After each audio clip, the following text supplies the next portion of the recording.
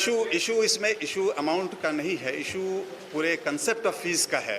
तो ये बात स्पष्ट रूप से हमें समझ लेनी चाहिए। ये अमाउंट नहीं है, इट्स नॉट इशू ऑफ कि हमारी पेइंग कैपेसिटी से रिलेटेड नहीं है। इशू है कि इस तरह के ऑस्पिशियस में कहीं दुनिया भर में कहीं भी किसी गुरुद्वारे पे कहीं कोई फीस नहीं लगती है, लग नहीं सकती, क्योंकि कंसेप्ट उसके खिलाफ है।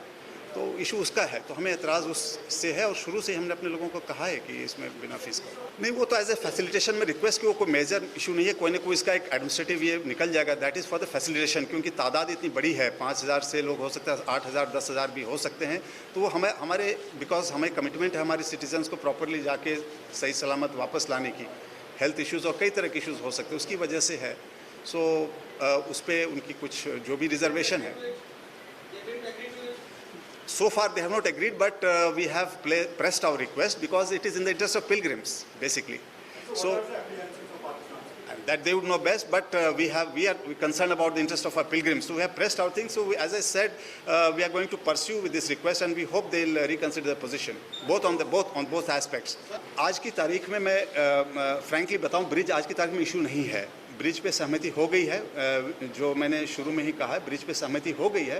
वो इशू ये है कि चूँकि वो अब उसके लिए सफिशेंट टाइम नहीं बचा है इस सीज़न में। अगर हम ब्रिज के भरोसे बैठेंगे तो फिर हमारा ये नवंबर का जो मुख्य इवेंट है वो जियोपार्डाइज हो जाएगा। तो उसकी वजह से जो एक प्रैक्टिकल सॉल्यूशन किया गया इस सीज़न के लिए, हम लोगों ने एक टेम्प्रेरी साइड में एक सर्विस लेन बनानी है, उस पर सहमति हो गई। ब्रिज उन्होंने कहा है कि वो जल्दी से जल्दी बना देंगे और with the same alignment, because हम जो ब्रिज बना रहे हैं वो जो एग्रीड अलाइनमेंट के हिसाब से बना रहे हैं, जो 0 पॉइंट एग्रीड हुआ तो वो भी उसी के हिसाब से बनाएंगे। तो वो ब्रिज इन ड्यू कोर्स आ जाएगा, बट इस साल के लिए हम लोगों ने सर्विस रोड का प्रावधान है।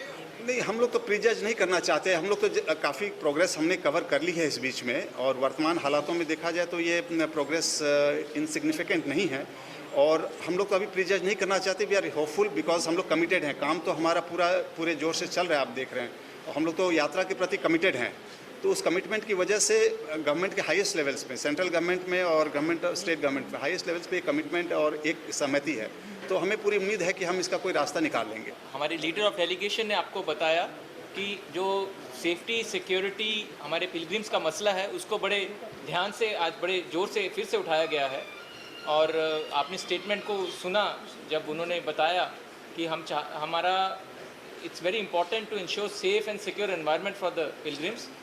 एंड हमने जो हमारे कंसर्न्स हैं regarding individuals and organisations Pakistan based, कि वो डिसरप्ट ना करें इस यात्रा को, उसको मिसयूज़ ना करें to play with the sentiments of pilgrim. ये बात जो है हमने पाकिस्तान को बड़ी क्लियरली बताई है।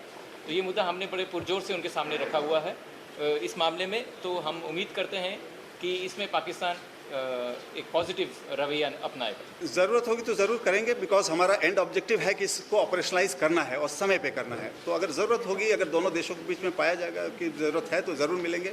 और भी तरीके हैं इसको रिजॉल्व करने के।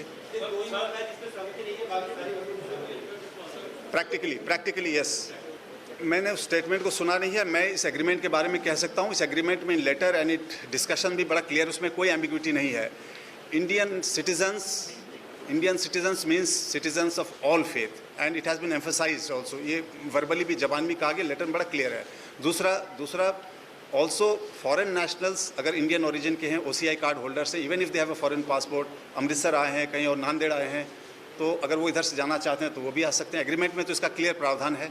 जैसा मैंने कहा 30 अगस्त को जो टेक्निकल मीटिंग हुई थी उसमें ये one of the important areas था, बिकॉज ये ऑपरेशनल मैटर है कि 5,000 ने डेली बेसिस या इवन मोर समटाइम्स उसको डेली बेसिस पे कैसे किया जाएगा। तो उस पर एक एग्रीड सिस्टम हो गया है, that is more of issue of technology and capacity.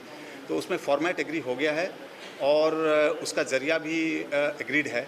So that will be done. उसमें कोई ऐसी दिक्कत नहीं आनी चाहिए। वो दोनों साइड उस पर काम कर रहे हैं। हम अर्ली वेल इन टाइम हम इसकी मॉक एक्सरसाइज भी करने की हम लोगों ने सहमति कर ली है।